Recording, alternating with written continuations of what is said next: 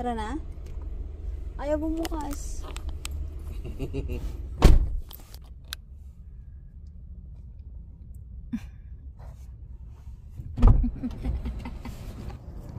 Hello guys. Surprise daw ako ng asawa ko at nandito kami sa Blue Waters. Sa planta namin. Ano? Sa planta pala tayo kakain. Pa yun. Pero ito na nga, naglalakad kami. Nahanap namin saan ba siya nag-reserve. Sabi niya sa planta na lang daw nila. May pagkain na ba dun? May masarap na kape ba dun? Sa The Pods! Kailan naman pinormahan mo nga oh. The Pods! Kakain kami sa The Pods. Diba?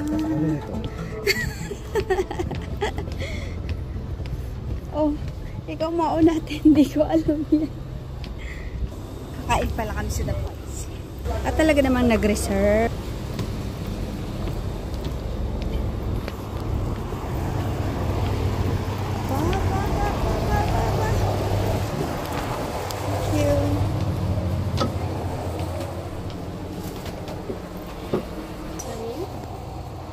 For you or for your breakfast. For the breakfast time, sitting is only 1 hour. Alright. Thank you so much. Thank you. Happy birthday, my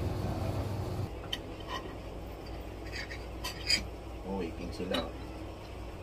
Bakit mo naisip dito kumain? I want to try something special place for my special friend.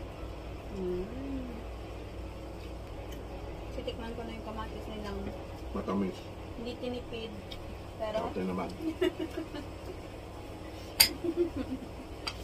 may tangkay pa eh. Tapos na kami mag-breakfast. Care of Tamar. Sarap. Asang IKEA breakfast. Sa labas naman na kami. Ayan. Papakita ko sa inyo yung lugar. Ito ang view sa may seaside ng Blue Waters. Ayan yung Dubai Ain. Dubai Ain na ba ang tawag dyan? Dubai Ain. Which is yung Ferris wheel. And then, may mga design na ganyan. Ito ang Blue Waters. And, time check. 9:48. 9:48. At mainit na, as usual. Kasi summer.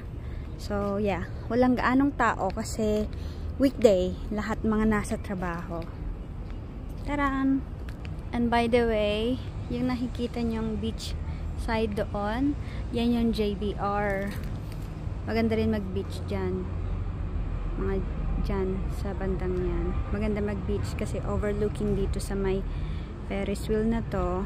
Tapos, puro mga European yung usual na nagbe-beach dyan. Alam nyo na. Ayun lang. Bye-bye!